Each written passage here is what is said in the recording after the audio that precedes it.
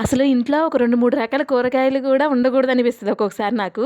ఎందుకంటే ఒకళ్ళకేమో ఆనపకాయ పులుసు ఇష్టం. ఇంకొకళ్ళకేమో ములక్కాయ పులుసు ఇష్టం. ఒకళ్ళేమో ఆనపకాయ పులుసు పెట్టమన్నారు. ఇంకొకళ్ళేమో ములక్కాయ పులుసు పెట్టమన్నారు. అందుకని నేనేం చేస్తున్నానంటే ఆనపకాయ, ములక్కాయ కలిపి పులుసు పెట్టేస్తున్నా. మా హస్బెండ్ ఏమో ఆనపకాయ పులుసు పెట్టమన్నారు. పిల్లలేమో ములక్కాయ చేయమన్నారు. అందుకని చెప్పి ఇద్దరికి న్యాయం చేద్దామని చెప్పి రెండూ కలిపి పులుసు పెట్టేస్తున్నా. ఏం చేస్తాం, భర్త మాటకి ఎదురు చెప్పలేం, పిల్లలు అడిగింది కాదనలేం. ఇంకా పులుసు ప్రాసెస్లోకి వెళ్ళిపోదాం. కప్పు ఆనియన్స్ కట్ చేసి పెట్టుకున్నా. ఆనియన్స్తో పాటు ఒక 2 పచ్చిమిర్చి గిన్నెలో వేసిన ఆయిల్ వేడైన తర్వాత ఈ ఆనియన్ ముక్కలు, పచ్చిమిర్చి ముక్కలు వేసాను. అవి కాస్త గోల్డెన్ కలర్ వచ్చాక ఆనపకాయ ముక్కలు వేసాను. మళ్ళీ కొంచెం సేపు ఆగి ములక్కాయ ముక్కలు వేసి ఉప్పు, పసుపు వేసి బాగా మగ్గాలి.